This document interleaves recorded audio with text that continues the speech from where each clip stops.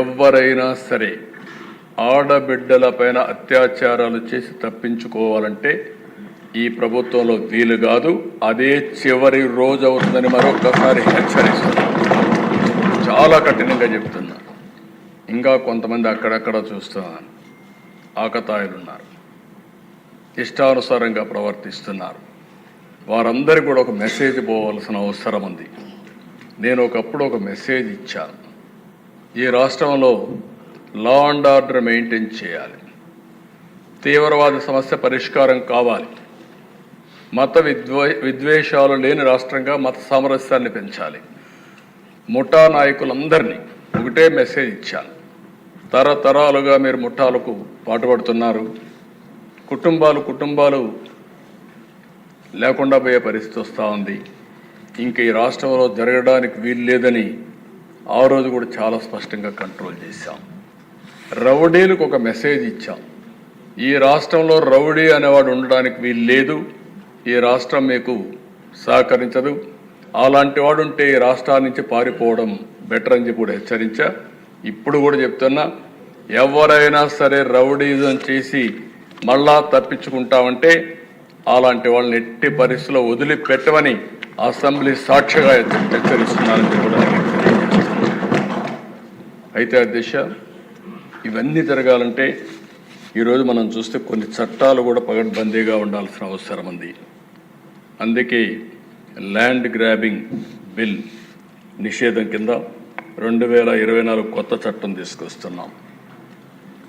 మాకు ఏ కంప్లైంట్ వచ్చినా ఇప్పటికి కూడా ఇక్కడ అన్ని సమస్యల పరిష్కారం చేయగలుగుతున్నాం. కానీ వీళ్ళు చేసినటువంటి ఈ భూ వివాదాలు, ల్యాండ్ రిలేటెడ్ కాన్ఫ్లిక్ట్స్ అయితే భయంకరంగా తయారైనాయి. 22A ఉపయోగించారు, రికార్డ్స్ తారుమారు చేశారు, ప్రభుత్వ భూములు కొట్టేశారు, ఫారెస్ట్ భూములు కొట్టారు. ఇవి మామూలుగా ఫారెస్ట్ భూముల దగ్గరికి ఎవరు పోరు, అలాంటివి కూడా జరిగే పరిస్థితి వచ్చింది. అందుకే ఈ ప్రత్యేక చట్టం కూడా గుజరాత్లో చాలా బాగా పనిచేసింది. ఎవరైనా సరే ల్యాండ్ గ్రాబింగ్ చేస్తే, భూ కబ్జాలకు పాటుపడితే ప్రభుత్వం కేసు పెట్టిన తర్వాత దాన్ని ప్రూవ్ చేసుకునే బాధ్యత కూడా వాళ్ళపైనే ఉంటుంది. దాంట్లో మళ్ళీ ఏమాత్రం కూడా ఉపేక్ష లేదు.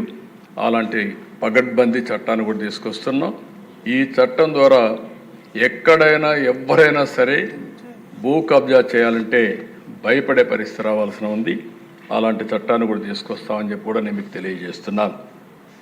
అదే మరిగా దిశ, ఈరోజు టెక్నాలజీ డ్రోన్స్ ఉపయోగిస్తున్నాం.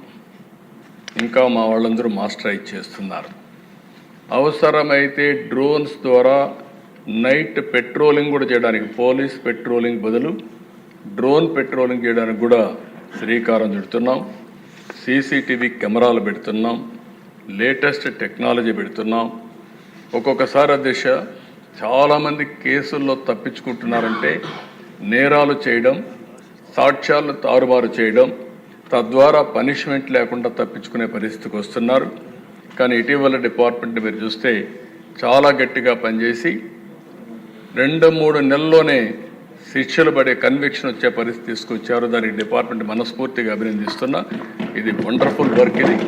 దీన్ని ఇంకా పకడ్బందీగా మనం చేయాల్సిన అవసరం ఉంది.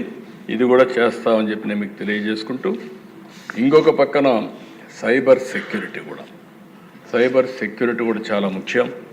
దీంట్లో కూడా 26 సైబర్ పోలీస్ స్టేషన్లు పెడుతున్నాం.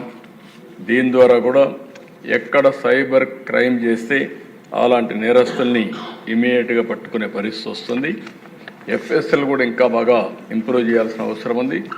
కడాన దేశ ఒక్కొక్కసారి ప్రభుత్వాలు ఏ విధంగా పనిచేస్తాయంటే, నేను ఎప్పటి నుంచో కూడా సమైక్య ఆంధ్రప్రదేశ్లో మీరు చూస్తే ప్రతి ఒక్క రెవెన్యూ డివిజన్కి పోలీస్ డాగ్స్ పెట్టి, స్క్వాడ్స్ పెట్టి, ఎందుకంటే ఇప్పటికి కూడా టెక్నాలజీ మనం అందరం ముందుకు పోతున్నాం. కానీ ఈ పోలీస్ డాగ్స్ ఏవైతే ఉన్నాయో అవి డిటెక్ట్ చేసినంత ప్రిసిషన్ టెక్నాలజీ కూడా ఒకసారి చేయలేకపోతా ఉంది. అంత పర్ఫెక్షన్ ఉంటుంది. అలాంటివి ఇది పోయినాయి. ఫారెన్సిక్ ఎవిడెన్స్ని ఎప్పటికప్పుడు సెక్యూరిటీ పెట్టి ఫస్ట్ హ్యాండ్గా అక్కడ మొత్తం ప్రొటెక్ట్ చేస్తేనే